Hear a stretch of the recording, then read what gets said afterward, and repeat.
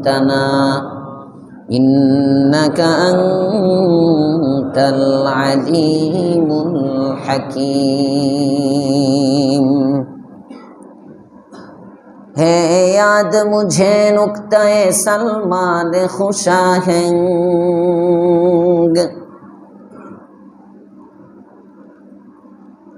है याद मुझे नुक्ता-ए सलमान खुशाहंग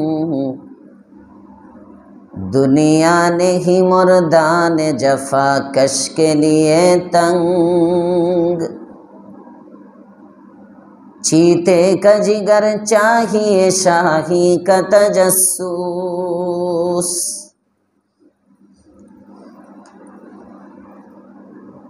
चीते का जिगर चाहिए शाही का तजस्सुस जी सकते हैं बेरोशनी दानिश फरहंग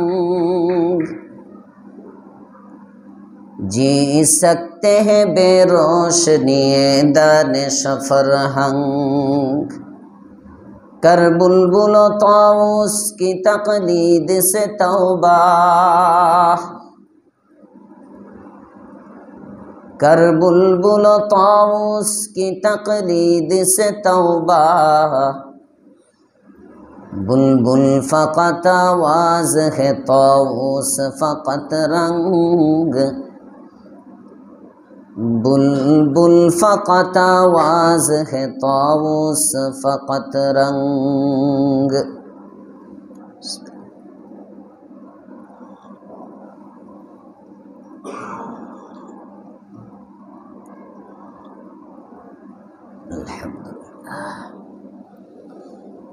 शुक्रिया रब्बे करीमेर दरबारे जार तौफिके सप्ताहिके कुरान करीमेर दर्शे इजलासे आसार बसार सुयोग पेয়েছি नारी पुरुष युवक बृद्ध हार्तबकार मुमिन मुसलमान भाईरा जादेरके रब्बे करीम तौफिक दान करेছেন কালিমাতুশ শুকর পড়ি আলহামদুলিল্লাহ। कुरान करीमेर सबचेये बड़ो सूरा सूरतुल बाकारा जे सूराटा मूलत विधानावलीर दिक दिए खूब एगिए ए सूरार मध्य आहकामातेर आलोचना मुफास्सिरिने केराम बोलेन बेशी विधानावली जे समस्त सूरागुलोर मध्य आलोचना हय तार मध्य सूराए बाकारा एकटा अधिकांशई विधानावली वाज नसीहत कम बाकी मुफास्सिरिने केराम एও आलोचना करेছেন এই সূরার মধ্যে আল্লাহ পাক রব্বুল আলামিন এই সূরার বৈশিষ্ট্য এই সূরাতে 100 আওয়ামের 100 নাওয়াহি তথা 100 আদেশ 100 নিষেধ রাখছেন সুবহানাল্লাহ। কেউ বলেন 1000 আদেশ এই সূরার মধ্যে 1000 নিষেধ এই সূরার মধ্যে রাখছেন সুবহানাল্লাহ। सूराटा तो फजिलतपूर्ण कोनो घरेर मध्य यदि सूराए बाकारार तिलावत हय शयतान ओई घर थेके दूरे पालाय एजन्य आमी सूरार शुरूर दिके बोलेछिलाम जारा घर थेके शयतान ताड़ाइते चान सूराए बाकारा तिलावत करा मने थाकबे इनशाआल्लाह। अनेक समय मने हय आमार घरेर मध्य जिन्नात आछे आमार एक मुसल्ली एकदिन आसलो ऐसे बोलते से हुजूर रात्रे बेला घुमाइले छादेर मध्य के दौड़ाय आवाज पाई ओई जे आनिसुर रहमान लिलिन साहेबेर जे एखाने बाड़ीटा आछे এই বাড়িতে থাকতো তো আমি বললাম তো আমি তো কবিরাজ কবিরাজ না অমুক জায়গায় একজন কবিরাজ আছে আশপাশেই এক হুজুরের কাছে আমি পাঠাইলাম যে ওখানে যান আমি তো কবিরাজি করি না উনি কবিরাজি করেন মোটামুটি জিনটিনো আছে ওনার কাছে আপনারা গিয়ে আপনি গিয়ে আলোচনা করেন তবে কি কইলো আমারে জানায়েন। তো বেচারা গেছে ওখানে যাওয়ার পরে আসছে আমারে বললো যে হুজুর ওনার কাছে তো গেছিলাম আমার যা ধারণা ঠিকই আছে জিন্নাতের ইয়া উনি বলছে যে একেবারে রেল লাইনের এই পার থেকে শুরু করে ওই পর্যন্ত আটিপাড়া পর্যন্ত মোটামুটি এইদিকে যা আছে সব জায়গায় জিন্নাতে ভরা আমি যেখানেই যাবো এনেই ধরবো। বাস্তবেও হইতে পারে অবাস্তবতা বলতেছি না, কারো উপর দৃষ্টি থাকলে অনেক সময় মনে হয় যে আমার উপর জিন্নাতের আসর আছে, আমার ঘরের মধ্যে জিন্নাতের আসর আছে, তো কবিরাজের পিছনে দৌড়ায় বাড়ি বান্ধার জন্য। আজান দিতে হবে, চারকোনায় 4টা পেরাক গাড়তে হবে, এই করতে হবে, সেই করতে হবে, বিভিন্নভাবে বাদে। এগুলো তো কবিরাজদের কথা, অবাস্তব আমি বলতেছি না। এগুলো তো একটা শিক্ষা, একটা ফন, এটাও একটা আলাদা সাবজেক্ট, আলাদা শাস্ত্র। বাকি রাসূল করিম সাল্লাল্লাহু আলাইহি ওয়াসাল্লামের শিক্ষা কি? যে ঘরের মধ্যে সূরা বাকারার তিলাওয়াত হবে ওই ঘরে জিনও থাকবে না। এই জন্য সূরা বাকারা ঘরে তিলাওয়াত করব, পারবো ইনশাআল্লাহ। কোন ঘর উদ্বোধনের তরিকা সূরা বাকারার তিলাওয়াত। অনেক সময় হুজুরদেরকে দাওয়াত করে, গত শুক্রবারে আমাদের হাজি সাহেব রেনা চেয়ারে দেখলাম, ওই যে সেক্রেটারি সাহেবের আব্বা চলে গেছেন, বাহিরে আছেন। ওনার মেয়ের জামাই ইঞ্জিনিয়ার রতন ভাই ফ্ল্যাট উদ্বোধন করবে, তো আমাকে হুজুর আপনি দোয়া করবেন, থাকতে হইব। আমি গিয়ে বললাম যে ওনার ছেলে হাফেজ, সেক্রেটারি সাহেবের ছেলে হাফেজ, তো হাফেজ 2-3 জন আছে, তো ওনাদের সবাই মিলে আমি বললাম যে আপনারা সূরা বাকারা তিলাওয়াত করবেন, এটাই ঘর উদ্বোধনের তরিকা। হাত উঠে দোয়া করা এটা হলো আরজি জিনিস। যে ঘরের মধ্যে সূরা বাকারার তিলাওয়াত হয় ওই ঘরের মধ্যে আল্লাহ তাআলা বরকত দিয়ে দেন। এই জন্য ঘরে সূরা বাকারার তিলাওয়াত। স্বামী স্ত্রীর মনোমালিন্যতা দূর হয় না, সূরা বাকারার তিলাওয়াত করেন, শয়তান চলে যাবে। সন্তান সন্ততি কথা শুনে না, সূরা বাকারার তিলাওয়াত করেন, সন্তান ফরমাবরদার হয়ে যাবে। পুত্রবধূ বিয়ে করে আনাইছেন, শুধু ঘরের মধ্যে আপনার ছেলেরে পুশিং দেয়, আছে না নাই? কত অভিযোগ। শাশুড়ি আম্মা সূরা বাকারার তিলাওয়াত করেন, পুত্রবধূর গার থেকে শয়তান চলে যাবে। নববধূ অনেকে আছে শাশুড়ির সাথে মিলে না, শাশুড়িরে মনে হয় আজরাইল। কথা বলেন না কেন?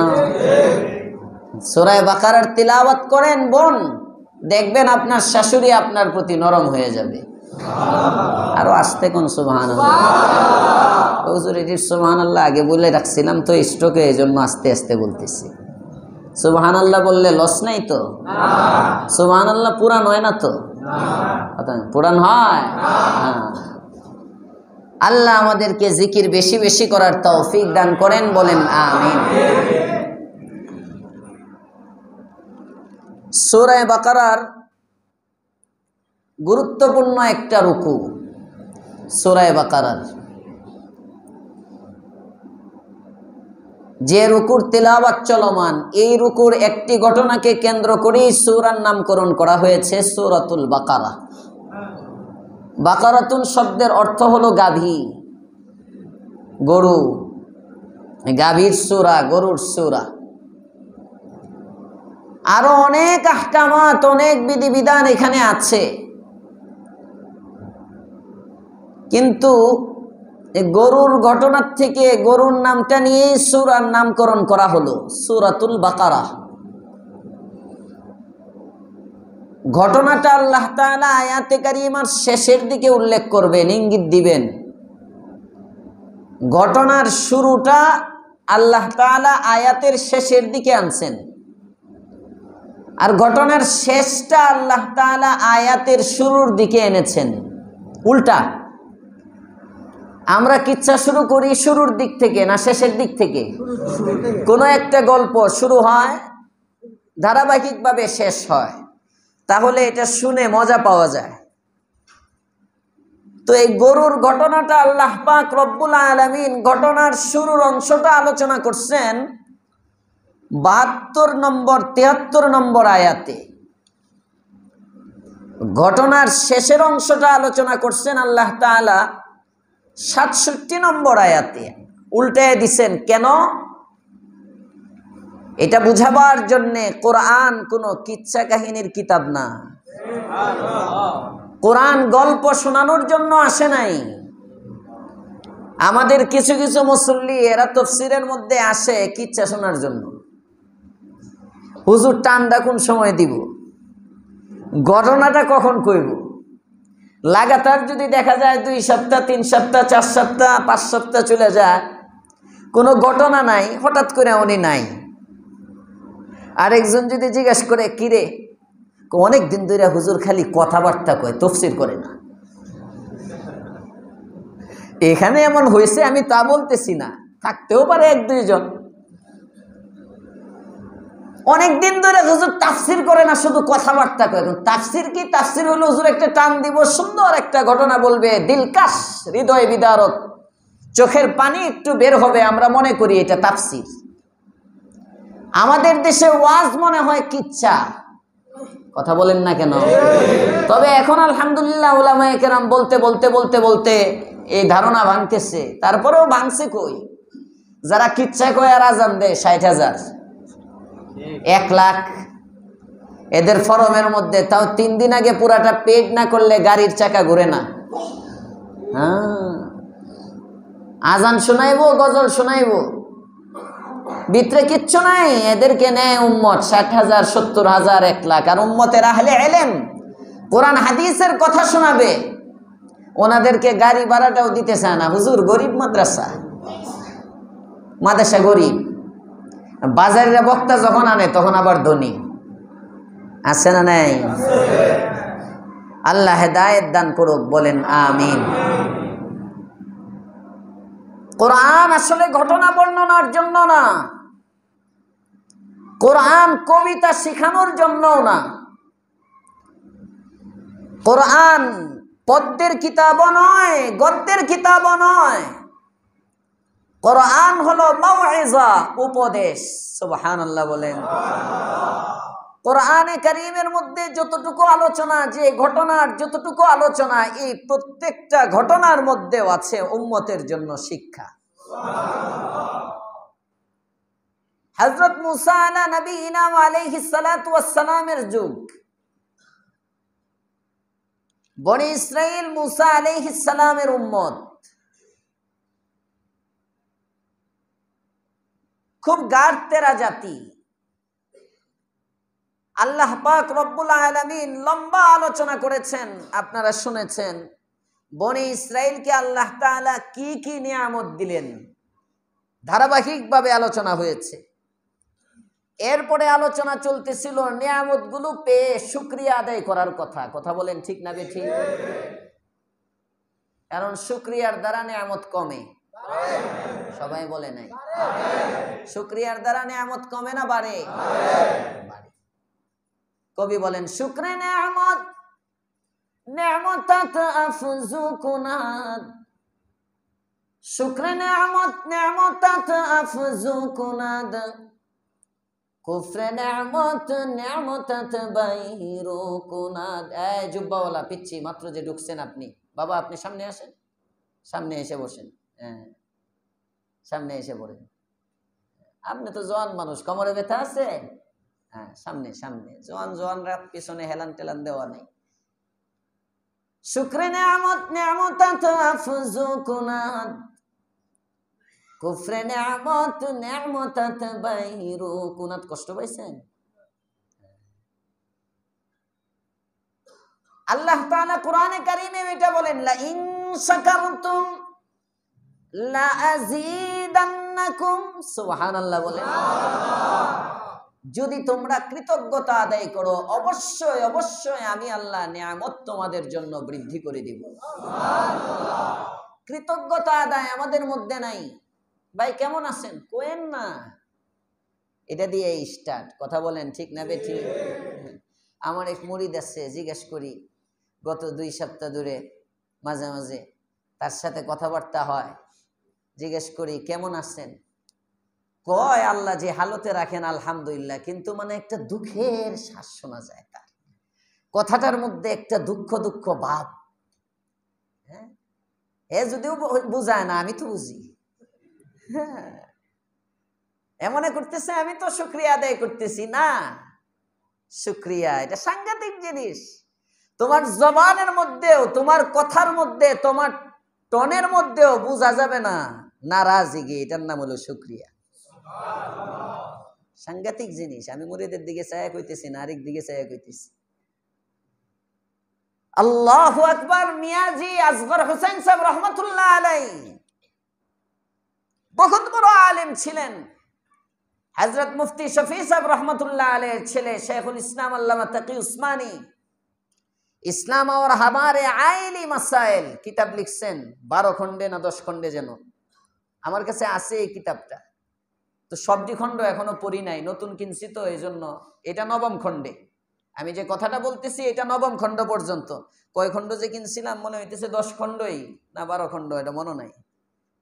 9ম খণ্ড পর্যন্ত গেছি। 9ম খণ্ডে ওয়াকে আছে, আজকে তাজা পড়ছি জুমার পরে। মিয়াজি আসগর হাসান সাহেব রহমাতুল্লাহি আলাইহির কাছে এক ব্যক্তি গেছেন, উনি অসুস্থ দেখার জন্য, বুখার, জ্বর, খুব জ্বর। মুফতি শফি সাহেব গিয়ে জিজ্ঞেস করেন, হযরত তবিয়ত কেসি হ্যায়, আছেন কেমন, কেমন আছেন? হযরত বলেন, আলহামদুলিল্লাহ, চোখের কোনো সমস্যা নাই, ভালো দেখতেছি। সুবহানাল্লাহ কইেন না। আলহামদুলিল্লাহ, কানের মধ্যে কোনো সমস্যা নাই, ভালো শুনতেছি। আলহামদুলিল্লাহ, জবানের মধ্যেও কোনো সমস্যা নাই, কথা সুন্দর বলতে পারতেছি।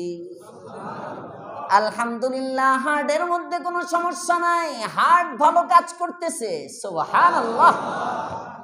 আলহামদুলিল্লাহ, হাতের মধ্যে কোনো সমস্যা নাই, হাত নাড়াইতে সমস্যা হয় না।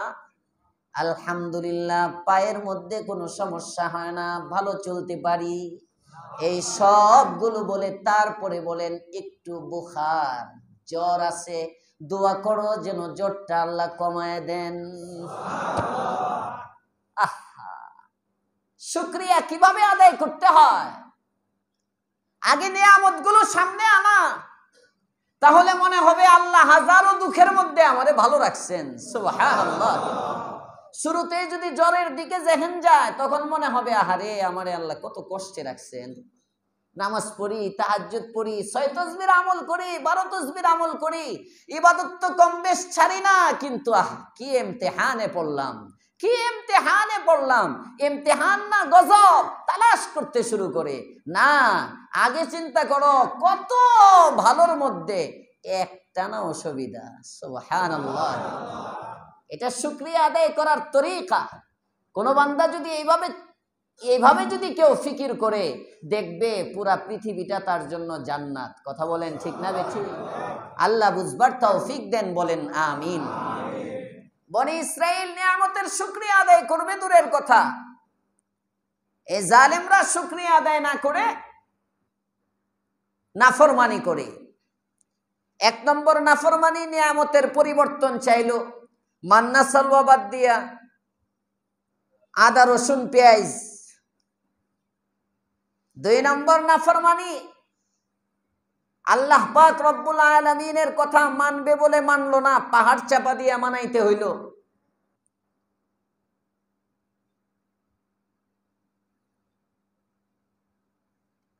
3 নম্বর নাফরমানি, শনিবার দিন আল্লাহ তাআলা স্বীকার করতে নিষেধ করলেন, তারা গিয়ে হিলা করলো।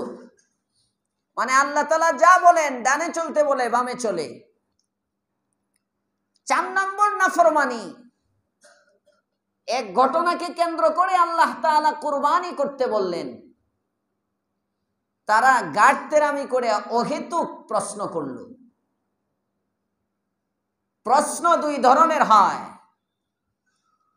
একটা প্রশ্ন হলো জানার জন্য, আর একটা প্রশ্ন হলো এড়িয়ে যাওয়ার জন্য। কোন আলেম, হাক্কানি আলেম, কোনো কিছু বলার পরে এড়িয়ে যাওয়ার জন্য, না মানার জন্য, গাড়তেরামি করার জন্য প্রশ্ন করা, এটা বনি ইসরাইলের স্বভাব। এটা মুমিনের সিফাত না। মুমিনের সিফাত হলো শুনলাম আর মানলাম, এটা মুমিনের সিফাত। আর যারা গাড়তেরা মুনাফিক, এগুলো পাল্টা প্রশ্ন করে।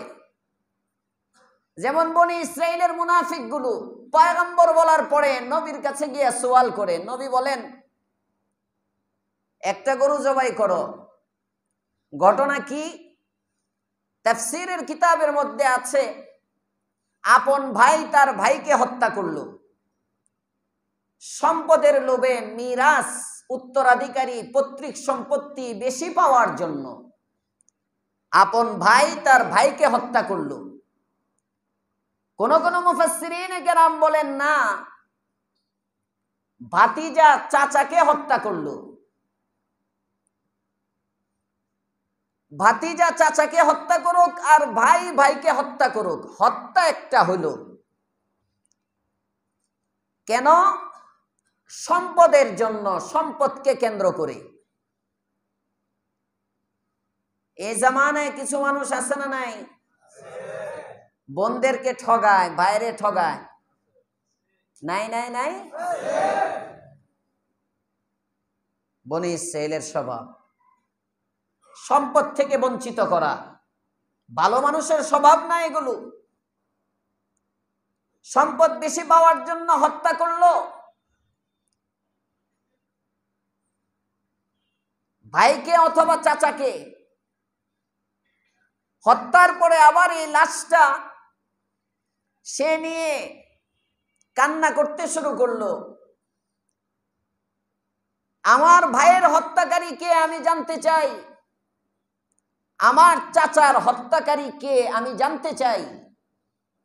মানুষের মধ্যে বিরোধ দেখা দিল, কে হত্যাকারী। কেউ বলতেছে এলাকায় যখন পাওয়া গেছে এখানের কেউ মারছে, কয় না আমাদের এই এলাকায় কোনো খুনি নাই, অন্য কেউ মেরে এখানে লাশ ফেলে রাখছে। হঠাৎ করে এক শ্রেণীর মানুষ বলতে লাগলো, আমাদের তো চিন্তার কিছু নাই, বাইনা আযহুরিনা নাবিয়্যুন, আমাদের মাঝে যেখানে নবী আছে, নবীর সাথে ডাইরেক্ট আল্লাহ তাআলার যোগাযোগ আছে, ওহীর মাধ্যমেই তো আমরা সমাধান করতে পারি। আমাদের চিন্তার কিছু নাই, ঝগড়াঝাটির দরকার নাই, বিরোধের দরকার নাই, চলো নবীর কাছে যাই। আল্লাহ পাক রব্বুল আলামিনের পয়গম্বর মূসার কাছে যখন গেলেন, মূসা আল্লাহ তাআলাকে বললেন, আল্লাহ কি করতে পারি? এরা যে ফয়সালা চায়, আল্লাহ তাআলা বললেন যে মূসা তুমি বলে দাও, ইন্নাল্লাহা ইয়া'মুরুকুম আন তাযবাহু বাকারাতান, আল্লাহ তাআলা তোমাদেরকে আদেশ করেছেন একটা গাভী জবাই করতে। গাভীটা জবাই করে গাভীর গোশতটা মৃত ব্যক্তির শরীরে লাগলে মৃত ব্যক্তি জীবিত হয়ে বলে দিবে তার খুনি কে।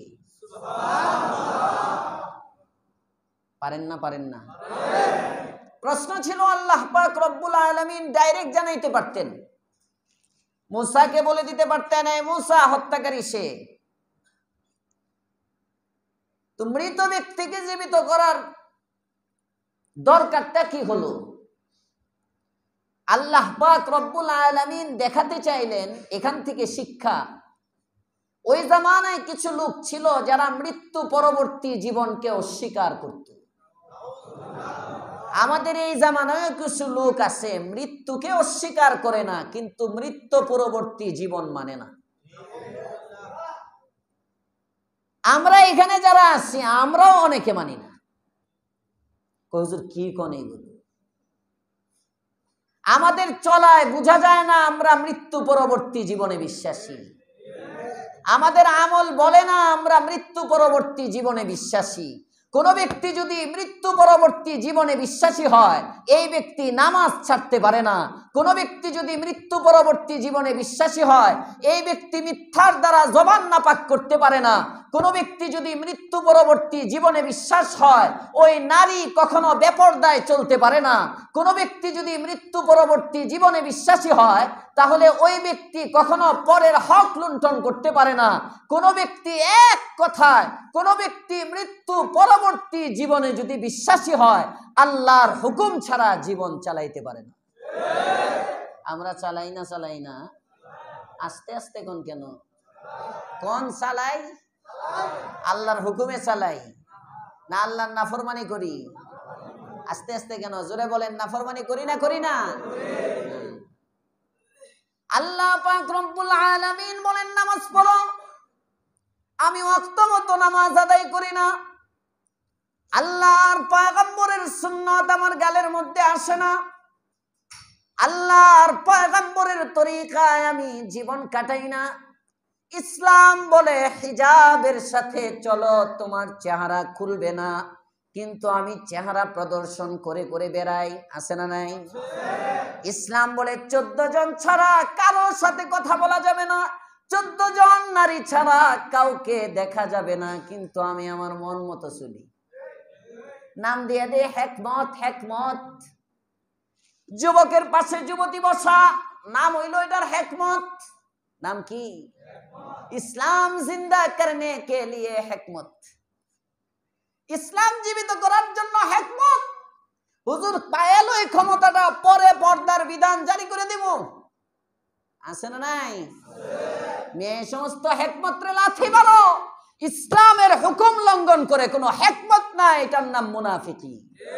এটা মুনাফিকি, এটা মুনাফিকি, এটাকে হেকমত বলে না।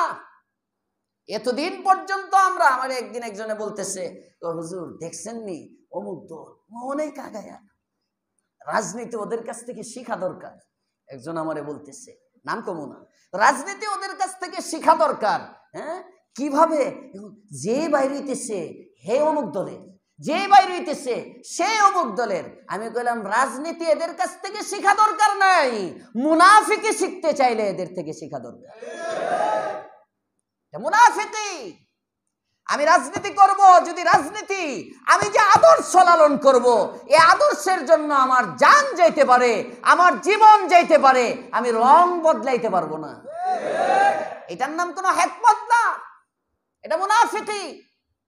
এতদিন আত্মপরিচয় গোপন করে আরেক পরিচয় দিয়ে চলছো, এরপরে যখন দেখছো আন্দোলন চাঙ্গা, সমানে ইস্তফা, সমানে পদত্যাগ, অমুক জায়গা থেকে ছাত্রলীগের এতজন কর্মী পদত্যাগ করছে, পরে সব দেখা যায় এটি আরেক দলের। আসতে কোন কেন? ঠিক ডরাইতেছেন?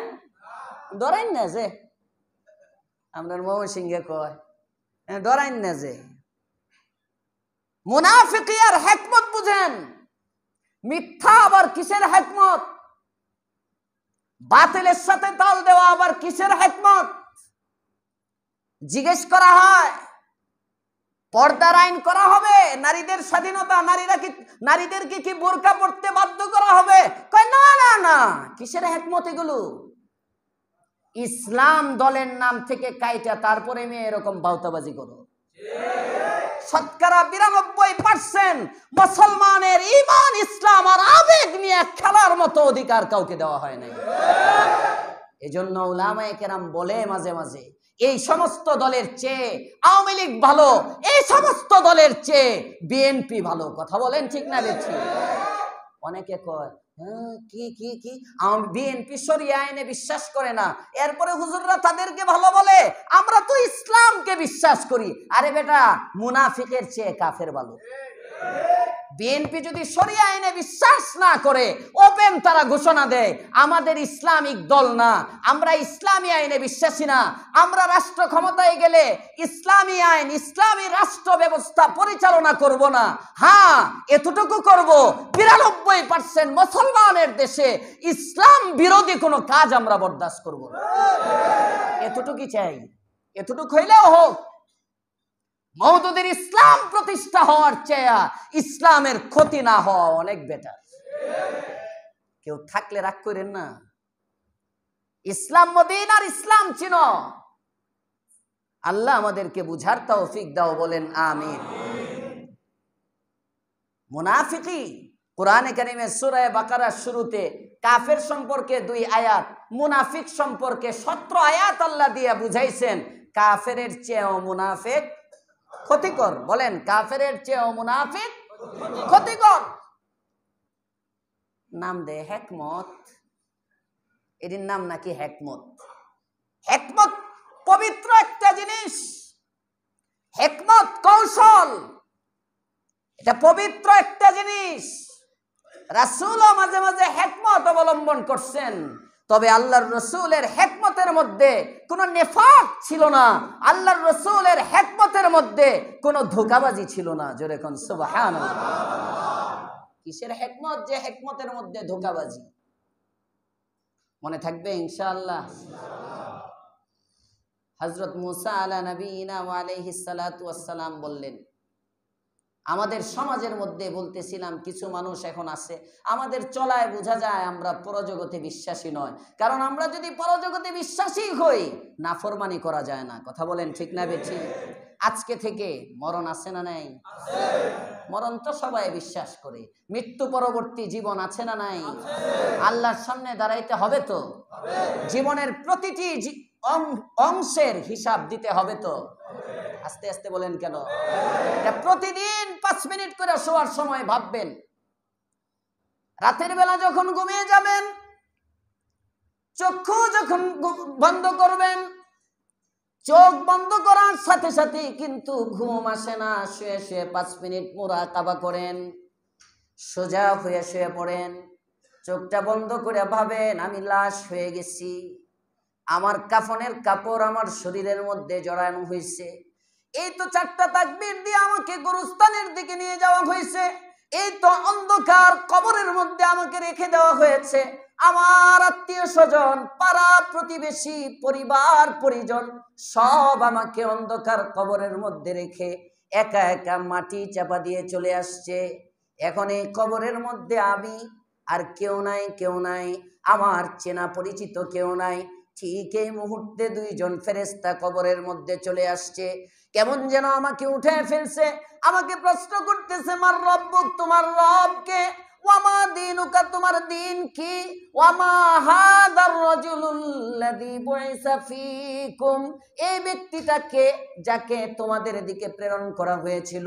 3টা প্রশ্ন আমাকে করা হয়েছে, যদি এই 3 প্রশ্নের উত্তর সুন্দরভাবে দিতে চাই তাহলে আমার জীবনটাকে আখেরি জামানার পয়গম্বরের তরিকায় কাটাইতে হবে। আর যে জীবনের মধ্যে নবীর সুন্নতের ইত্তেবা নাই, ওই জীবনদারী ব্যক্তি এই 3 প্রশ্নের উত্তর দিতে পারবে না। প্রতিদিন 5 মিনিট করে যদি এইভাবে মুরাকাবা করি, আল্লাহর পয়গম্বর বলেন মুরাকাবা এমন একটা আমল, মুরাকাবার দ্বারা ঈমান তাজা হয়, ঈমান জিন্দা হতে থাকে। যে ব্যক্তি কন্টিনিউ এভাবে মুরাকাবা করবে, এক সময় তার দিলের মধ্যে মৃত্যু পরবর্তী জীবনের বিষয়টা বসে যাবে, আর এমন ব্যক্তির দ্বারা গুনাহ করা সম্ভব হবে না। তখন আর গুনাহ হবে না, তখন মৃত্যুকে স্মরণ থাকবে, তখন গুনাহ হবে না। গুনাহের পরিবেশ থাকলেও গুনাহ হবে না। যখন আল্লাহ হাজির নাজির বোঝা যাবে, এমন ভয় যখন চলে আসে, তখন বান্দা আল্লাহু আকবার, কেউ জানে না, কেউ জানে না এই হক। এখন তো জানলে হক বুঝায় দেয়, না জানলে হক মাইরা দেয়। কথা বলেন না কেন? কথা বলেন না কেন? দোকানে গেছেন, 500 টাকার নোট দিছেন, 350 টাকার বাজার করেছেন, 150 টাকা ফিরিয়ে দিবে দোকানদার বলে যদি 650 ফিরিয়ে দেয়, কারামত রে। কথা বল না কেন? দোকানদারের কাছে 500 টাকা নোট দিছেন, 350 টাকার বাজার করছেন, ফিরিয়ে দিবে কত? 150। দোকানদারে বলে মনে করলো 1000 টাকার নোট দিছেন, এই মনে করে আপনাকে ফিরিয়ে দিল 650। খুব কম ইমানদার আছে, এ আবার বলবে 500 টাকা ফিরিয়ে দেয়া। এ মনে করবো গতকালকে তাহাজ্জুদ পড়ছিলাম যে 500 আল্লাহ পাঠাইছে, কালকে তাহাজ্জুদ কবুল হইছে, দোকানের থেকে 500 টাকা ব্যাগ বেশি আসছে বেশি। আমি যখন ছাত্র ঢালকানগর মাদ্রাসা, একদিনে আমার জীবনে আমি ট্রেনে উঠছি, ময়মনসিংহের বলাকা ট্রেনে, আর জীবনে উঠি নেই। একদিনই উঠছিলাম কমলাপুরতে, মানে ট্রেনের জার্নিটা ময়মনসিংহে কেমন দেখার জন্য। তো আমি, আমার সামনে এক ছাত্র, মাদ্রাসারই এক ছাত্র পিচ্ছি, এ দাঁড়াইছে বাসে, তো 50 টাকা নোট দিছে টিকিট করার জন্য। স্টেশন মাস্টার তারে 5 টাকা ফেরত না দিয়ে 55 টাকা ফিরাইয়া দিছে, মানে 45 টাকা টিকিট। তো এই বেচারা টাকা, আমিও তো তখন বাচ্চা, ওই সময় তো আর এত সাহস নাই, কারে কি কইতে গিয়ে নিজের ইমান আমল হইলো নিজেরটা নিজের কাছে। তো আমি দেখতেছি ওই ছেলেটা টাকাটা হাতে নিল, মানে আমি ও 50 টাকা দিচ্ছে যে আমি আগের থেকেই খেয়াল করতেছি, মানে টিকিট কত জানার জন্য, কত দেয় বাইর কইরা। ও 50 টাকা নোট দিল, দেওয়ার পরে স্টেশন মাস্টার ফিরাইয়া দিবে 5 টাকা, ফিরাইয়া দিছে 55 টাকা। ওই বেটা মনে হচ্ছে বোধহয় 100 টাকা দিছে ভিড়ে। ও টাকাটা লয়ে একটু এদিক ওদিক তাকাইলো, তাকায় যখন দেখে আমারে কেউ দেখে নাই, হে 55 টাকা লয়ে গেল গা। আমার দেখা ঘটনা, আমি আর কিচ্ছু বলি নাই, চলে গেছে। আমি টাকা দিলাম, টাকা দিয়ে টিকিট করলাম। ঘটনাক্রমে এই ছেলেটা আমি যে বগিতে উঠছি সে ওই বগিতে উঠছে। আমি চিন্তা করি দেখি টাকাটি দিয়ে করে কি। দেখলাম এখান থেকে ময়মনসিংহ পর্যন্ত গেল আর এই 55 টাকার খালি কলা কিনা খাইলো। গুরান দিয়ে কলাওয়ালা কলা বেচতে আছে, গফরগাঁও স্টেশনে গিয়ে আবার কলা কিনছে। মানে কলা। পরে আমি কইলাম ময়মনসিংহের কাছাকাছি গিয়া, মাগনা ফাইছস কলা বালা কইরা খা, কবরে আল্লাহ তোরে কলাই খাওয়াইব। ইয়া ভাই আপনি দেখছেন? আমি কইলাম তো দেখি নাই। আমি না দেখলাম, তোরে কি আল্লাহও দেখে নাই? পরে কয় এখন কি করা? আমি কি তুই এই স্টেশনের মধ্যে ময়মনসিংহ নাইমা একটা টিকিট কিনবি। ওই সময় তো আর মুফতি নাই, বলছি হুজুরের কাছে শুনছি একটা টিকিট কিনে ওই টাকাটা, ওই টিকিটটা ছিঁড়া ফালাইয়া দিবি, স্টেশনের মধ্যে দান করে দিবি। এই টাকাটা স্টেশনের মধ্যে যে কোনো ভাবে সরকারি খাতে টাকাটা তুই পৌঁছাইয়া দিবি, এটা হলো তোর জন্য মাসলা। করছে কিনা আল্লাহ জানে, করলে করলো নাইলে নাই, বেটা কলা তো খাইয়া দিচ্ছে। হ্যাঁ, ভালো করে বুঝেন ইমানদারি কাকে বলে। বিক্রে মতি একটা কিতাব আছে, মাওলানা ইউনুস পালনপুরি সাহেবের লেখা, মুফতি ইউনুস পালনপুরি সাহেব। ওখানে এক ওয়াকিয়া আনছেন। এক জমিদার দ্বিতীয় বিয়ে করছে, দ্বিতীয় বিয়ে, যেটা এই জামানার বেটিরা শুনতেই পারে না। এই তো ওয়াজ করলেও তো আবার মনে করে যে দ্বিতীয় বিয়ে না জানি আবার করে। দ্বিতীয় বিয়ে করছে, বিয়ে বাদী ছিল। আগের জামানায় দাসীবাদীর প্রথা ছিল, বান্দি একটা বুড়ি বান্দি থাকে, কেউ এই বিয়ের খবর জানে না, শুধু জানে বান্দির ওই বাদীটা, দাসীটা। জমিদার ব্যক্তি দাসীকে বলছে, খবরদার তোমার ম্যাডাম যেন না জানে। এদিক দিয়ে মহিলাদের গণার কিন্তু এখানে রগ নাই। যুক্তিবাদীর ওয়াজে শুনছিলাম, এরা গড়গড় গড়গড় করে সব বাইর করে দেয়, এরা কোনো কিছু হজম করতে পারে না। আর যদি কোনো মহিলারে আপনি বলেন যে এটা তোমার আব্বারে বইলো না, এটা সবার আগে কইব। কোনো কিছু যদি নিষেধ করেন বলতে, এটা আরো আগে বলবে, সে শেয়ার করবে। মহিলারা হজম শক্তি খুব কম, খাওনের হজম না, কথার হজম। এই জন্য দেখবেন যখন দুইজন একসাথে হয়, গল্পের ডালি খুলে দেয়, কিচ্ছা আর শেষ হয় না। এই চলছে গাড়ি, যাত্রা বাড়ি যাইতেই আছে। দুই ভাবি মিললে তফসির শেষ, হুজুর গেছে গা, তারপরে হেরার কথা শেষ হয় না। কোনটা মোনাজাত হয়ে গেছে, দুই বেরি টের পায় না। এমন এক দুইজন থাকলে থাকতেও পারে, গল্পের আসর খুব জমে। তো এই মহিলাকে যখন জিজ্ঞেস করছে দাসীকে, তুমি বলো না। দাসী রাত্রেবেলা সুযোগ পায়া যখন মাথা চিরুনি করতেছে, আশ্রাইতেছে, তখন কয়, ম্যাডাম শুনছেন নি? কয় কি? সাহেব তো আরেকটা বিয়ে করছে। তো তুমি জানো কেমনে? কই কাউরে জানায় নাই, আমারে জানাইছে, আর বলছে আপনারে কইতে না। তো আপনি আমারে এত মোহাব্বত করেন, আপনারে না বইলে কি আমি থাকতে পারি বলেন? এই বেচারি চিন্তা করে, আচ্ছা কতদিন হয় বিয়ে করছে তোমার সাহেব? কই বছর খানিক তো হয়েই যাবে। কই কি বলো? 1 বছরের মধ্যে তোমার সাহেব বিয়ে করছে, কিন্তু 1 বছরের মধ্যে তো আমি টের পাইলাম না ওনার যে আরেকজন স্ত্রী আছে, উনি তো কখনো আমার হক, আমার অধিকার নষ্ট করে নাই। সুতরাং তারই বই দয়া, সে রাখলে রাখুক, আমার আপত্তি কি? আমার হক তো নষ্ট করতেছে না। জোরে কোন সুবহানাল্লাহ। দীর্ঘ সময় যায়, প্রথম স্ত্রীর একটু কষ্ট লাগে, পরে যখন দেখে স্বামী, একদিন চাইছে স্বামীকে জিজ্ঞেস করি, কিন্তু আবার চিন্তা করলো জিজ্ঞেস করা দরকার কি? আমার হক যখন আমি সব পাইতেছি, আমাকে উনি সময় দিতেছেন, আমার যা দরকার আগে যেমন এখনো তেমন, উনি সব অধিকার আমাকে বুঝিয়ে দিচ্ছেন। সুতরাং আমার এটা ওই যে কয় না, কিছু খুঁজতে গেলে সাপ বাইর হয় না, কি যেন এরকম আছে না, এর হুদায় আমার এটি আওলানো দরকার কি আছে? স্বাভাবিকভাবে চলতেছে। কিছুদিন পরে ওই স্বামী মারা গেছেন। এই স্বামীর বিয়ের খবরটা এই স্ত্রী আর দাসী ছাড়া কেউ জানে না। ভালো করে বুঝেন, স্বামীর সম্পদ বন্টন হয়েছে, বন্টনের মধ্যে স্ত্রী তার অংশ পেয়েছে। এই স্ত্রীকে যখন তার অংশটা দেওয়া হলো, তখন স্ত্রী চিন্তা করে এটার মালিক তো আমি একা নই, আমার স্বামীর তো আরেকজন স্ত্রী আছে, আমার এই টাকাটার অর্ধেক পাওনাদার তো সে। আরো আস্তে কোন সুবহানাল্লাহ। পারবেন পারবেন? এখন বইনের জানা হক দেন না মিয়া, জানা হকটা দেন না। বোনের অধিকার যদি চায় 2-3 বার, তাহলে বলেন যে আর আইতে পারবি না, কিন্তু ঠিক না বেঠি? নিজের ভাইয়ের অধিকার জানার পরে বুঝায় দেন না। অনেকে গর্ব করে বলে, হুজুর আমাদের মায়েদের মধ্যে, ভাই বোনের মধ্যে আলহামদুলিল্লাহ অনেক মিল, 33 বছর হয়ে গেছে আব্বা মারা গেছে, এখনো সম্পত্তি ভাগ করি নাই। এমনে করতেছে খুব বড় বুজুর্গ, পিডায় হাড্ডি ভেঙে ফেলবো ফেরেশতা মিয়া। হাড্ডি একটাও শরীরে থাকবে না মরার সাথে সাথে।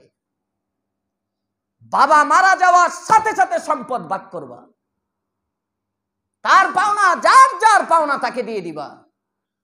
মানে একজন যদি কম বেশি করো, একজনের দিলের মধ্যে যদি কোনো কষ্ট থাকে, এটা হারাম হবে তোমার জন্য, হারাম। স্ত্রী চিন্তা করে, যাই কেমনে যাব ওনার কাছে, তো ঠিকানা তো ছিল বাদীর কাছে, কোন জায়গায় বিয়ে, বাদীর কাছ থেকে ঠিকানা নিচ্ছে। ঠিকানা নিয়ে তার যে টাকাটা, ওই টাকা 2 জন বিবি থাকলে তো সে অর্ধেক পাবে, আরেক বিবির ভাগের মধ্যে। তো অর্ধেক টাকা সে একটা খামের মধ্যে ভরে ওখানে একটা চিঠি লেখা যে স্বামীর তো ইন্তেকাল হয়ে গেছে, আপনি হয়তো খবর পাইছেন, আমাদের সম্পদ বন্টন হয়েছে, কেউ না জানলেও আমি তো জানি আপনি ওনার স্ত্রী ছিলেন, আমার জন্য আপনার অংশটা নেওয়া তো বৈধ হবে না, আল্লাহ তাআলার ভয়ে আপনার হক আপনার কাছে পৌঁছে দিলাম, মেহেরবানি করে আপনি আপনার হকটা গ্রহণ করে আমাকে ঋণ মুক্ত করেন। আল্লাহর ভয় যদি থাকে, গুনাহ থেকে বাঁচা কেমনে সহজ। আল্লাহর ওলি ওনার কিতাবের মধ্যে লেখেন, খাদেম নৌকর যাকে দিয়ে টাকাটা পাঠানো হলো, নৌকর টাকাটা নিয়ে চলে গেল, কিছুদিন পরে ফিরে আসলো, তার হাতে ওই টাকার খামটা আপন অবস্থায় আছে, সাথে আরেকটা চিঠিও দেখা যায়। মহিলাটা জিজ্ঞেস করে, কি ব্যাপার, টাকাটা কি ওই মহিলা রাখে নাই? আমি আপনার চিঠি এবং খাম মহিলার কাছে ওই ঠিকানায় গিয়ে ঠিকই আপনার বিবরণ মতো একজন মহিলা পেয়েছি, ওই মহিলার হাতে যখন আপনার টাকাটা দিয়েছি, খামটা দিয়েছি, মহিলা টাকাটা রাখে নাই, কিন্তু সাথে সে আরেকটা চিঠি লিখে দিয়েছে, চিঠিটা আমি পড়ি নাই, এই যে নেন টাকার খাম, আর এই যে হলো ওই মহিলার দেওয়া চিঠি। এবার এই মহিলা চিঠিটা খুলে দেখে ওই চিঠির মধ্যে লেখা, বোন আমার, আমি জেনেছি আপনি জানতেন, আমি এতদিন জানতাম আমার স্বামী যে দ্বিতীয় স্ত্রী হিসাবে আমাকে গ্রহণ করেছে আপনাকে রেখে, আপনি মনে হয় বিষয়টা জানতেন না, আমি মনে করতাম বিষয়টা এমন, কিন্তু আজকে আপনার চিঠি পেয়ে আমি বুঝলাম আপনি আল্লাহ পাক রব্বুল আলামিনের অনেক কাছের মানুষ। আপনি বিষয়টা জানার পরেও কোনোদিন স্বামীর সাথে রাগ করেন নাই, কোনোদিন সতীন হিসাবে আমাকে দেখার জন্য আসেন নাই, ধরার জন্য আসেন নাই, আমার বাড়ি খোঁজ করার জন্য আসেন নাই। বোন আমার, আপনি যেমনি ভাবে আমানতদারির সাথে আপনার টাকার অর্ধেক থেকে আমার পাওনাটা আমাকে পাঠিয়ে দিয়েছেন, আপনার দিলের মধ্যে যেমন আরশে আজিমের মালিকের ভয় আছে বোন, আমিও কিন্তু আরশে আজিমের মালিককে ভয় পাই। হয়তো আপনি আমার বিবাহের সংবাদটা জানেন, কিন্তু আরেকটা খবর আপনার জানা নাই, আজকে ওই খবরটা আপনাকে জানিয়ে দেই। আপনার স্বামী ইন্তেকালের 1 বছর আগে আমাকে তালাক দিয়ে দিয়েছিল, আমি তার মুতাল্লাকা স্ত্রী, এখন সে ইন্তেকাল করার আগে তালাকের ইদ্যত শেষ, সুতরাং আমি এখন তার স্ত্রী নই, অতএব তার সম্পদ থেকে আমার কোনো পাওনা নাই। কি পরিমাণ আমানতদারি, কি পরিমাণ তাকওয়া, এটা সেই রাসূলের জামানার ঘটনা না, এটা সেই সাহাবীদের যুগের ঘটনা না, এটা 100 বছর আগের কিচ্ছা। আল্লাহু আকবার বলেন। এখনো এমন মানুষ পৃথিবীতে আছে। এটা কেন হয়? যারা ওই যে মৃত্যু পরবর্তী জীবনকে ভয় পায়। মৃত্যু পরবর্তী জীবনের ভয় যার আছে, মালিকের সামনে দাঁড়াইতে হবে, 5টা প্রশ্নের উত্তর না দেওয়া পর্যন্ত সরা যাবে না। ময়দানে মাহশর কায়েম হয়ে যাবে। ইলম সম্পর্কে প্রশ্ন করা হবে, জীবন সম্পর্কে প্রশ্ন করা হবে, যৌবন সম্পর্কে প্রশ্ন করা হবে, ইনকাম সোর্স সম্পর্কে প্রশ্ন করা হবে, ব্যয়ের খাত সম্পর্কে প্রশ্ন করা হবে। পয়গম্বর বলেন প্রতিটা প্রশ্নের উত্তর দেওয়া লাগবে। বনে ইসরাইলের মধ্যে কিছু মানুষ ছিল যারা মৃত্যু পরবর্তী জীবনকে বিশ্বাস করে না। আল্লাহ পাক রব্বুল আলামিন গরু জবাই করার আদেশ দিয়ে গরুর গোশতটা মৃত ব্যক্তির শরীরে লাগায়া মৃত ব্যক্তিকে পুনরায় জীবিত করে আল্লাহ তাআলা দেখাইতে চাইলেন, আমি আল্লাহ মৃত্যুর উপরে আবার জীবিত করব। মৃত্যু পরবর্তী জীবন এটা দেখাবার জন্য আল্লাহ পাক রব্বুল আলামিন আদেশ করলেন, মূসা বলে দাও, ইন্নাল্লাহা ইয়া'মুরুকুম আন তাযবাহু বাকারা। গরু জবাই করতে বলছেন। ওরা কয়, ক্বালু আতাত্তাখিদুনা হুজুয়া, মূসা আমাদের সাথে ঠাট্টা করো, বিদ্রূপ করো, ঠাট্টা মস্কারি। হযরত মূসা বলেন, ঠাট্টা করা বিদ্রূপ করা এটা মূর্খদের কাজ। কথা বলেন না কেন? হ্যাঁ, ইসলামে মিজাহ আছে, মিজাহ। ইসলামের মধ্যেও রসিকতা আছে, হাস্যরস আছে, কৌতুক আছে ইসলামের মধ্যেও। তবে এগুলোর মধ্যে কোনো মিথ্যার আশ্রয় হয় না। জোরে কোন সুবহানাল্লাহ। এখন বিভিন্ন জায়গায় বিভিন্ন মিডিয়ার মধ্যে এখন তো কিয়ামতের আগে শুধু ঈমান হরণ করবে, ঈমান কিভাবে নিবে, বেঈমান কিভাবে বানাবে, এজন্য নাম দেয় ইসলামিক কার্টুন। নাম কি? আস্তে আস্তে কয় ফিসাব সবাই। নাম কি? নাম কি? Islamic cartoon. হুজুর, ছেলেকে মোবাইল দেই না, অন্য কিছু তো দেখানো যায় না, মাঝে মাঝে একটু ইসলামিক কার্টুন দেখায়, অনেক শিক্ষণীয় গল্প আছে হুজুর। আরে বাবারে বাবা, ইসলামিক কার্টুন দেখা, কার্টুন নিয়ে আবার ইসলামী হয় কেমনে? যদি ইসলামিক কার্টুন হয়, ইসলামিক বিনোদন হয়, ইসলামিক কৌতুক হয়, ওই দিন বেশি দূরে নয় ইসলামী সুদ হবে, ইসলামী জিনা হবে। কথা বলেন ঠিক না বেঠিক? যেমনি ভাবে ইসলামী সুদ হইতে পারে না, যেমনি ভাবে ইসলামী জিনা হইতে পারে না, ঠিক তেমনি ভাবে ইসলামিক কার্টুনও হইতে পারে না। ইসলামিক কার্টুন আবার কি? নাম দেয় আখলাকি টিভি। নাম কি? আখলাক টিভি। নাম আসুন্না টিভি। মুফতি মনসুরুল হক সাহেব একবার বলছিলেন, আখলাক আর টিভি দুইটা তো এক লগে মিলেই না। আখলাক থাকলে টিভি নাই, টিভি থাকলে আখলাক নাই। আসতে বলেন কেন? ঠিক। যার চরিত্র আছে এর আবার টিভি কি? নামই উল্টা পাল্টা। আল্লাহ হেফাজত করুক, বলেন আমিন। এজন্য এই ইসলামিক কার্টুনের পিছনে পড়েন না। সন্তানের হাতে মোবাইল দিয়েন না, কোরআন দেন। সন্তানের হাতে কায়দা উঠিয়ে দেন, সন্তানের হাতে আম্মা পারা উঠান, আকাবিরদের জীবনী শিখান। ছোট ছোট বাচ্চাদের আকায়েদ সিরিজ আছে, ছোট ছোট বাচ্চাদের বাজারে পাওয়া যায় আকীদা সিরিজ, ছোট ছোট বাচ্চাদের। ইয়াহইয়া ইউসুফ নদবীর লেখা, বড় চমৎকার, বড় সুন্দর। আমার আফনানের বয়স তো এখনো 4 বছর হয় নাই, ওরে তো না হইলেও মনে হয় 10-15 হাজার টাকার কিতাব কিনে দিয়ে দিছি, আলহামদুলিল্লাহ। দেখেন কিতাব, হ্যাঁ দেই, ছোট ছোট কিতাব বাইর করে। আমার কিতাব কোনগুলো? শুধু আমার কিতাব ধরে। আমি যখন পড়ি ওর দাদা জিজ্ঞেস করে, ওই দিন আমার তহাবি শরীফের সরা বাসায় ইজাহুত তহাবি উর্দু, এটা উনি খুলে বসছে। ওর দাদা ডাকে, কয় দাদা আমি মুতালা করি। ওই যে আমারে জিজ্ঞেস করলে অনেক সময় ওর আম্মা বলে যে মুফতি সাহেব মুতালা দেখতেছে বাসায়, কিতাব ওই অধ্যয়ন করাকে আরবিতে মুতালা বলে। তো সেও কিতাব নিয়ে বসে, মাঝে মাঝে কিতাবের উপরে খাড়াইয়া যায়। মোতালা করতে করতে বেটা ভাড়া রাখতে পারে না একদম। আবার বললে পরে কয় আব্বু কিতাব কি কোথায় রাখতে হয়? আমি বললাম মাথায়। পরে আবার একটু মাথা তুষা করে, একটু পরে আবার দেখি পাওয়ার তলে। কিতাব দেন বাচ্চার হাতে, বই দেন, আকীদা সিরিজ বাজারে পাওয়া যায় ছোট ছোট বাচ্চাদের, খুব সুন্দর। সিরাত সিরিজ বাচ্চাদের পাওয়া যায়, এগুলো কিনেন, এগুলো বাচ্চার হাতে দেন। সিরক তাও বইয়ের সাথে সম্পর্ক গড়ুক, মোবাইল না। কিসের ইসলামিক কার্টুন দেন? আল্লাহ হেফাজত করুক, বলেন আমিন। আজকে ইসলামিক কার্টুন দেখাইবেন, এই মিথ্যা শিখবে, কিভাবে মিথ্যার আশ্রয় নিতে হয়, কিভাবে ধোঁকাবাজি করতে হয়। ইউসুফ আলাইহিস সালামের কার্টুন, ইউসুফের ঘটনার একটা কার্টুন। ওরে বাবা রে বাবা, ইউসুফের কার্টুন দেখে একদিন আমার এক মুসল্লি বলতেছে, সেক্টর থেকে আসে এখানে, উনি বলতেছেন, হুজুর আসলেই ইউসুফ আলাইহিস সালামের ঘটনাটা তো আমি দেখছি, এটার মধ্যে আসলে অনেক শিক্ষা। উনি দেখছে ইউসুফ আলাইহিস সালামের ঘটনা, উনি নাকি একজন রে ইউসুফ বানাইছে, একজন রে জুলাইখা বানাইছে। ঈমান কিন্তু শেষ, ঈমান শেষ। আল্লাহ হেফাজত করুক, বলেন আমিন। এভাবে চতুর্মুখী চক্রান্ত চলতেছে ঈমান ধ্বংস করার জন্য।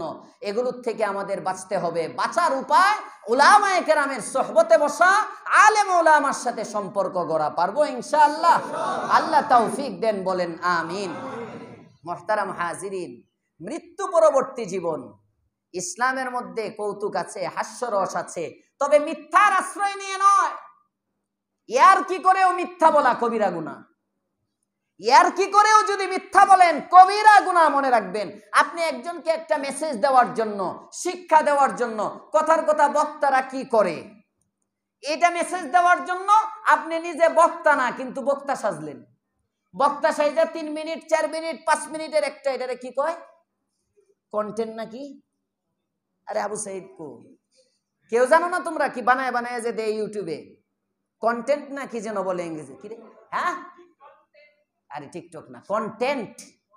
হ্যাঁ হ্যাঁ হ্যাঁ, এই যে 2 মিনিট 3 মিনিট 5 মিনিট 7 মিনিট এরকম ভিডিও করে বিভিন্ন ছাড়ে ইউটিউবের মধ্যে, এটি ছাড়ে। এখন আপনি দেখলেন এখানে হমানে মিথ্যা কথা কইলো, কথার কথা। হালাল না হারাম? কই শিক্ষা দেওয়ার জন্য বলছি। এগুলো বিভিন্ন আলেম নামের নামদারি মৌলবীরা করতেছে, এই জন্য বলতেছি।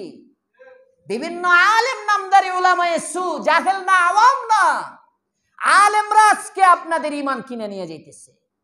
এজন্য মনে রাখবেন, লেবাস পোশাক দেখলে আলেম হয় না। আলেম কাকে বলে? হযরতে হাসান বসরি বলেন, আল ইলমু ইলমান, ইলম 2 প্রকার। একটা ইলম তোমার বিরুদ্ধে দাঁড়াবে, আরেকটা ইলম তোমার পক্ষে হবে। ইলম যেটা তোমার বিরুদ্ধে কিয়ামতের দিন দাঁড়াবে, ইলমুন আলাল লিসান, এটা হলো জবানের মধ্যে অনেক ধার থাকবে।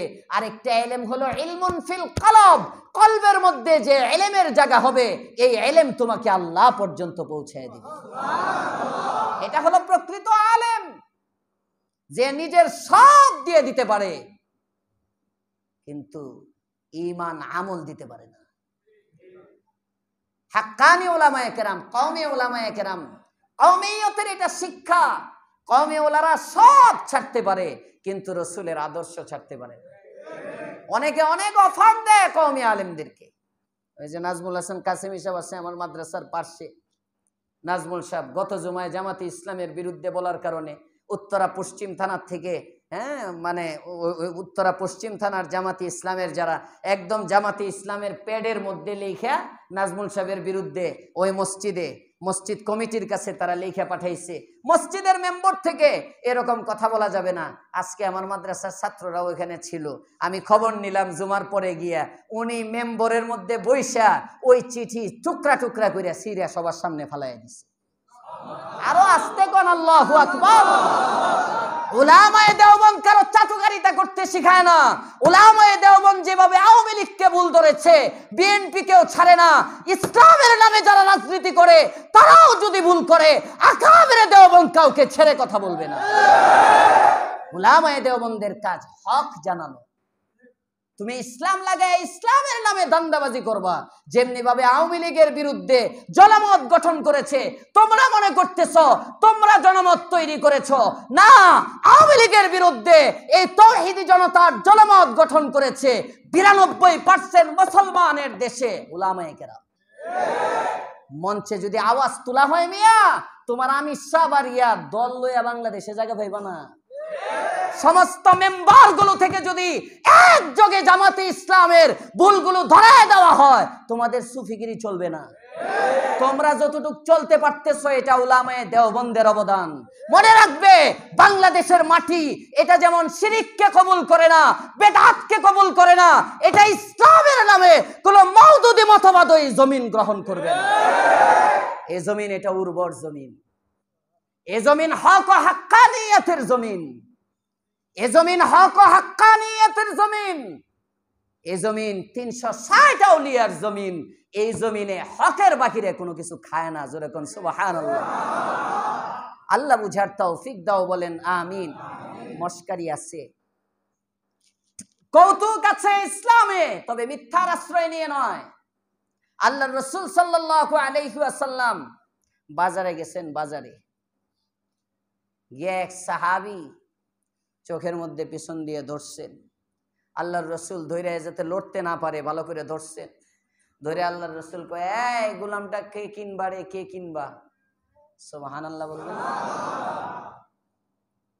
প্রথম প্রথম আল্লাহর পয়গম্বরের সাহাবী একটু ছুটতে চেষ্টা করছে, কে ধরলো আমারে, একটু ছুটি। একটু পরে যখন বুঝছে নবী ধরছেন, এবার আল্লাহর পয়গম্বরের বুকের সাথে নিজের পিঠটা এইভাবে লাগিয়ে দিচ্ছেন। ডাক দিয়ে বলে, ইয়া রাসূলুল্লাহ, ইয়া হাবিবাল্লাহ, আমাকে আপনি বিক্রি করে আর কয় টাকাই বা পাবেন? আমার তো দাম অনেক কম, আমি কালো মানুষ, আমাকে বেশি মূল্য দিয়ে কিনা যাবে না। আল্লাহর পয়গম্বর বলেন, সাহাবী রে, তোমার দাম দুনিয়াতে কম হলেও আরশে আজিমের মালিকের কাছে তোমার দাম অনেক বেশি। মজা করতেন, মজা। এক বৃদ্ধা মা গেছেন আল্লাহর পয়গম্বরের কাছে জান্নাতের দোয়া করতে। আল্লাহর রাসূল কয়, বুড়ি জান্নাতে যাইব না। সুবহানাল্লাহ কইবেন না? মিথ্যা না সত্য? মহিলা আবার কান্না শুরু করছেন। আল্লাহর পয়গম্বর হাসেন, মহিলা কাঁদে, আল্লাহর পয়গম্বর হাসে। নবী আমার বলেন, মা কাঁদতে হবে না, তুমি বলেছ আমার, তুমি বৃদ্ধা মহিলা জান্নাতে যাওয়ার দোয়া করতে। আমি বলেছি বৃদ্ধা জান্নাতে যাবে না, তুমি মনে করেছ তুমি জান্নাতে যাবে না। কিন্তু আমার কথার মর্ম হলো, বৃদ্ধা মহিলাকে যখন আল্লাহ পাক রব্বুল আলামিন জান্নাতে দিবেন, 18 বছরের যুবতী হিসাবে দিবেন। বুড়ি থাকবে না, বুড়ি থাকবে না। রাসূলের কৌতুক ছিল, হাস্যরস ছিল, কিন্তু মিথ্যার আশ্রয় ছিল না। জোরে কোন সুবহানাল্লাহ। যে ঠাট্টার মধ্যে মিথ্যার আশ্রয় থাকে, ওই ঠাট্টা ইসলামে নিষেধ।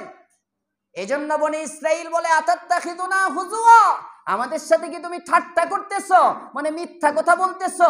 পয়গম্বর মুসা আলাইহিস সালাম বলেন, এটা কেমনে সম্ভব আমি নবীর দ্বারা? ক্বালা আউযু বিল্লাহি আন আকুনা মিনাল জাহিলিন।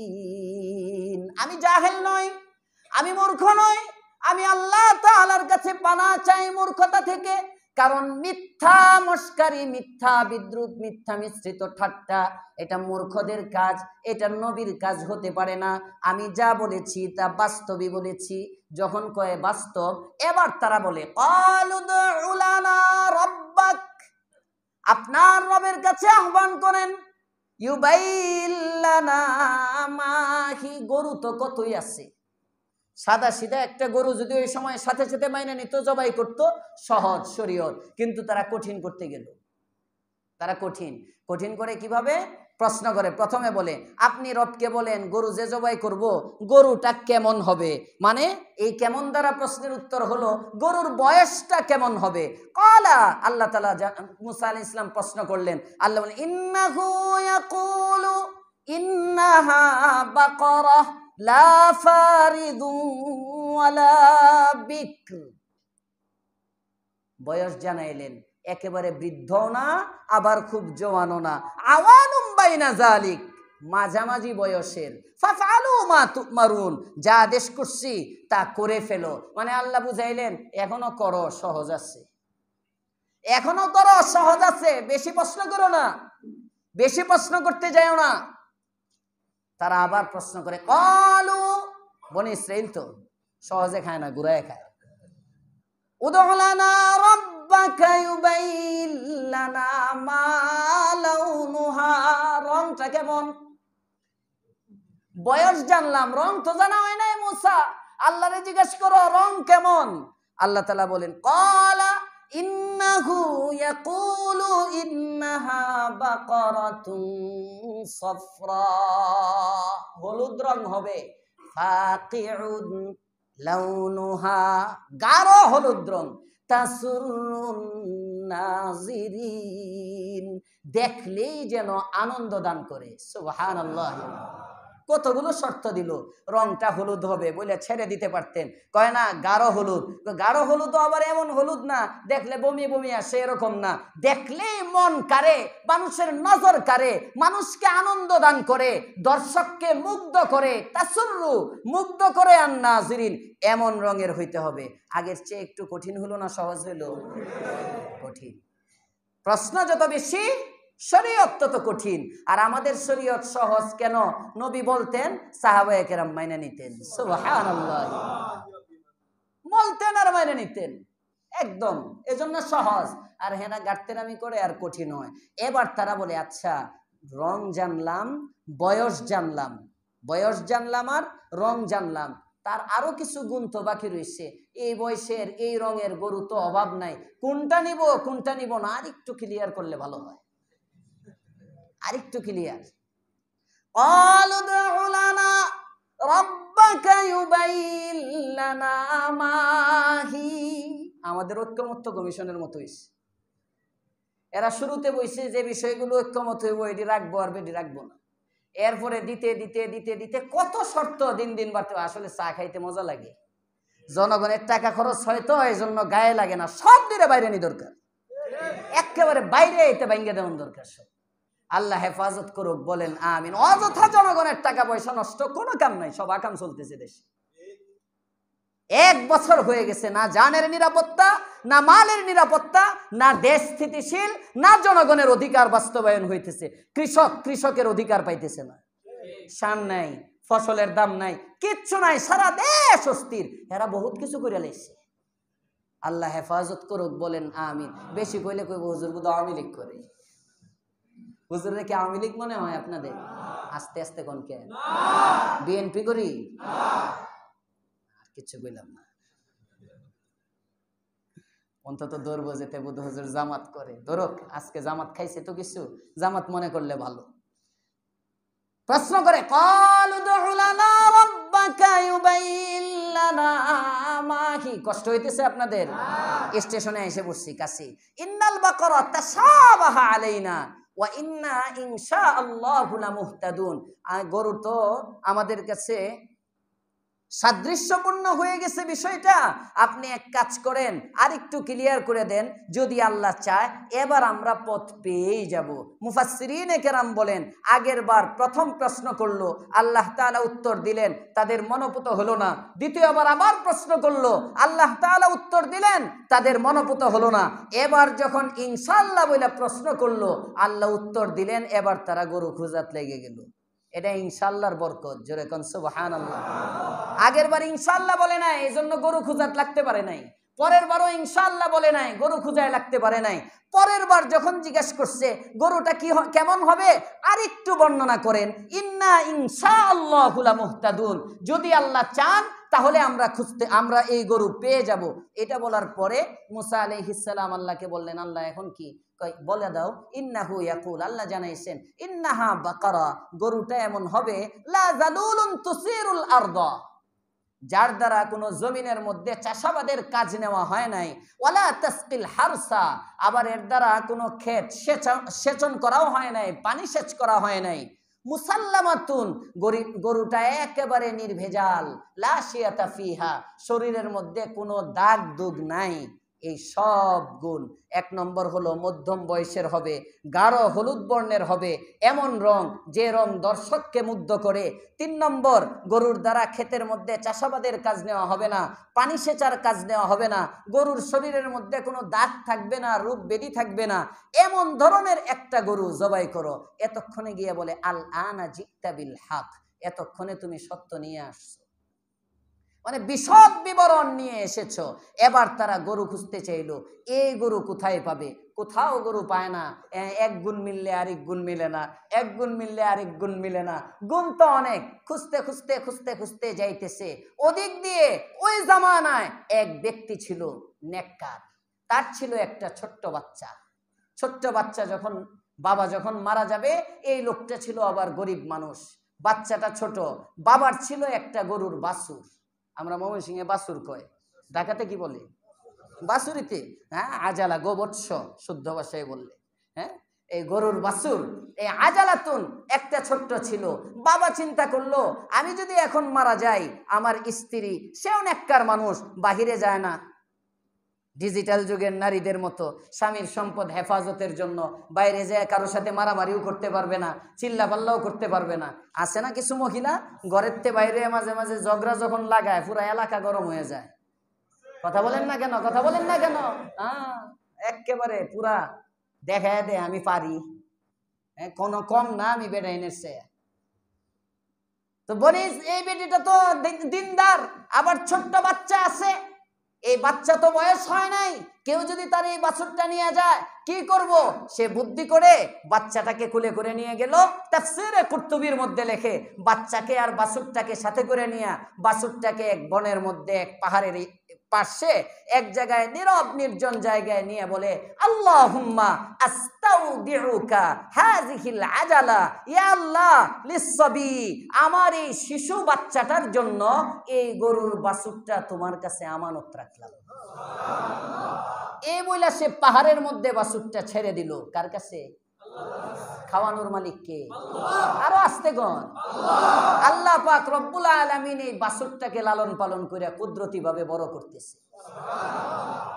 এদিক দিয়ে ছোট্ট বাচ্চা এখন প্রাপ্তবয়স্ক হয়ে গেছে, চলতে কষ্ট হয়। মাকে জিজ্ঞেস করে, মা, আমার বাবা কি আমার জন্য কোনো কিছু রেখে যায় নাই? মা বলে, হ্যাঁ, তোমার বাবা তো তোমার জন্য একটা আমানত রেখে গিয়েছিল, বলেছিল ছেলে যখন মোটামুটি বড় হবে, ব্যবসা বাণিজ্য বুঝবে, উপযুক্ত হবে, তখন যেন এই আমানতটা তোমাকে ফিরিয়ে দেই। আজকে তুমি প্রাপ্তবয়স্ক হয়েছ, তোমার বয়স হয়েছে, যাও অমুক পাহাড়ে যাও, অমুক পাহাড়ের কাছে গিয়ে তুমি ডাক দিবে, যে বলবে, আল্লাহ, আমার বাবার রেখে যাওয়া আমানত আমাকে ফিরিয়ে দাও। খবরদার, আমানতটা তোমার কাছে আসলে এটা ব্যবহার করবা না, এটারে সুজা ধইরা আমার কাছে নিয়ে আসবা। তাফসীরে কুরতুবীর মধ্যে আছে, ইমামে কুরতুবী রাহমাতুল্লাহি আলাইহি লেখেন, ছেলেটা আসমানের মালিকের কাছে গিয়ে বলে, আল্লাহ, আমার বাবা আপনার কাছে একটা আমানত রেখে গিয়েছিল, আমার বাবার রেখে যাওয়া আমানত আমি ফেরত চাই। বলতে দেরি, গরুটা বড় হইয়া তার সামনে আসতে দেরি হয় না। ছেলেটা দেখে অনেক সুন্দর রঙের একটা গরু, মধ্যম বয়সী একটা গরু, রংটাও আবার গাঢ় হলুদ, দেখলেই নজর কাড়ে। আবার এই গরুটার দ্বারা কোনোদিন কোনো ক্ষেতের মধ্যে পানি দেওয়া হয় নাই, কোনো মানুষের মধ্যে চড়ে নাই, কোনো পানি সেচন করা হয় নাই, গরুর শরীরের মধ্যে কোনো দাগ নাই। গরুটা এসে ছেলের সামনে বলে, বাবা রে, আল্লাহ পাক রব্বুল আলামিন তোমার জন্য আমার জবান খুলে দিয়েছেন, তোমার খেদমতের জন্য আমাকে নিয়োজিত করেছেন, তুমি আমার পিঠে সওয়ার হয়ে যাও। ছেলেটা বলে, আমার মা তোমাকে মায়ের কাছে নিয়ে যেতে বলেছেন, সওয়ার হতে বলেন নাই, মায়ের অনুমতি ছাড়া আমি তোমার পিঠে উঠতে পারবো না। আল্লাহু আকবার। বান্ধবীরে নিয়ে যাও টাঙ্কি মারার লাইগা, তোমার বাবা অনুমতি দিছে, তোমার মা অনুমতি দিছে, কমবখত। স্কুলে যাও টিফিনের পয়সা নিয়ে আরেক মেয়ের মোবাইলের মধ্যে খরচ করো, লজ্জা হয় না তোমার? কেমনে বাবা মাকে মুখ দেখাও যুবক? শিখাও বাবা মার ফরমাবরদারি কিভাবে করতে হয়। আর বাপ মার ফরমাবরদারি করলে ঠগে না, জোরে কোন সুবহানাল্লাহ। যদি এই সময় ছেলেটা উঠে পড়ে, তাহলে কিন্তু শর্ত ফৌত হয়ে যায়। এই গরু আর কুরবানি দেওয়া যায় না যদি ছেলেটা উঠে পড়ে, কারণ আল্লাহ বলছেন এমন গরু, এটারে দিয়ে কোনো কাজ নেওয়া যাবে না। আরোহণের কাজ যদি সে করে ফেলতো, তাহলে গরুর শর্তবাদ। আল্লাহর ইচ্ছা ছেলেটা মার কাছে নিয়ে গেছে। মা বলে এটারে বাজারে নিয়ে যাও বিক্রি করার জন্য। যখন ছেলেটা বাজারে নিয়ে গেছে, মা বলে দিছেন দাম করবে। দাম দাম বলার পরে এটা 3 টাকায় বিক্রি করবে। 3 দিনার 3 স্বর্ণ মুদ্রা গরুর দাম দিয়ে দিলাম। তবে যদি কেউ বেশি বলে আমাকে জিজ্ঞাসা করবে। বেচারা এটা গরুটা বাজারে নিয়ে গেছেন। সাথে সাথে যাওয়ার পরেই এত সুন্দর গরু দেখে গ্রাহক একজন আসছে, জিজ্ঞেস করে তোমাকে কত টাকা দিব? ছেলেটা বলে 3 দিনার 3টা স্বর্ণ মুদ্রা দিলেই আমার গরুটা আমি ছেড়ে দিব। গ্রাহক বলে আমি তোমাকে 6 দিনার দেই। আমি হইলে কি করতাম? বেচা থুই আইতাম, আম্মা 3 দিনারে বেচতে কইছেন, 6 দিনার পাইছি। আর মাও কইতো তোর মতো ফুলা আল্লাহ তোর হায়াত বাড়াইয়া দিক, বাড়াইয়া দিক। এটা হলো আমাদের অবস্থা। ছেলেটা বলে গ্রাহক আপনি দাঁড়ান, আমার মা বলেছেন 3 দিনারে বিক্রি করার জন্য।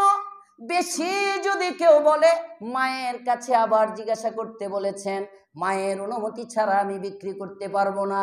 আমি একটু বাড়িতে যাই। গরুটা নিয়ে আবার বাড়িতে আসলো। ছেলেটা এসে মাকে বলে মা গ্রাহক একজন পেয়েছি, 6টা দিনারের কথা বলতেছে, আমি কি বিক্রি করে দিব? মা বলে যাও 6টা স্বর্ণ মুদ্রায় বিক্রি করে দাও। যদি বেশি বলে আবার আমাকে জিজ্ঞাসা করবা। এবার ছেলেটা নিয়ে যায়, গ্রাহক ওখানেই দাঁড়িয়ে আছে। গ্রাহক বলে কি বলেছে তোমার মা? বলেছেন মা 6 দিনারে দিয়ে দেওয়ার জন্য। গ্রাহক বলে আমি তোমাকে 12 দিনার দিব। ছেলেটা আবার বলে না দিতে পারবো না, আমার মাকে জিজ্ঞাসা করতে হবে। মার কাছে যা। মা বলে যাও 12 দিনারে দিয়ে দাও, বেশি হলে জেনে নিবা। এবার গ্রাহকটা বলে বা তোমার মা কি বলেছে? বলেছে 12টা স্বর্ণ মুদ্রায় দিয়ে দেওয়ার জন্য। কয় আমি তোমাকে 20 দিনার দেই। এবার ছেলেটা বলে না আমি দিতে পারবো না, মায়ের কাছে জিজ্ঞাসা করতে হবে। আল্লাহু আকবার বলে। পরীক্ষা চলতেছে মাকে কেমন মানে। বিয়ের আগে তো খুব মানো, বিয়ের পরে বউরে সেজদা করে কুল পাও না, মা মানবা কেমনি? আছে না নাই? মা মা মা মা মাই, মা মাই। আল্লাহু আকবার বলে। মায়ের কোনো বিকল্প নাই। মা মাই, মা মাই। আল্লাহ আমাদের মায়ের কদর করার তৌফিক দেন, বলেন আমিন। যার মা নাই সে বুঝে মা কি, থাকলে আমরা বুঝি না। এবার মার কাছে যায় যখন বলছে মা 20 দিনার বলে, আম্মা কয় আমার বুঝে হয়ে গেছে, এটা সাধারণ কোনো গ্রাহক না, নিশ্চয়ই তোমার আব্বা যে এটা আল্লাহর কাছে আমানত রেখে গেছেন। আল্লাহ পাক তোমাকে বড় কিছু দেওয়ার জন্য আল্লাহ তাআলা আসমান থেকে বিক্রেতার বেশে কোনো ফেরেশতা পাঠাইছেন। তুমি এবার তাকে গিয়ে বলো আমার মা আপনাকে সালাম পৌঁছাইছেন আর বলছেন আসলে কত টাকায় বিক্রি করলে এই গাভীটার দাম হবে এটা আপনি আমাকে বলে দেন। এবার ছেলেটা আবার বাজারে চলে গেল। মার কথাগুলো আবার ব্যবসায়ীকে বলল। ব্যবসায়ী বলে হ্যাঁ তোমার মা ঠিকই বুঝেছে, আমি দুনিয়ার কোনো গ্রাহক নয়, আমি আল্লাহর পক্ষ থেকে পাঠানো ফেরেশতা। তবে তোমার মা যত এখন জানতে চেয়েছে কি পরিমাণ টাকায় বিক্রি করলে এই গাভীটা তোমার জিতা হবে, গাভীটার উপযুক্ত মূল্য হবে। ইনশাআল্লাহ আগামী সপ্তাহ বলা হবে।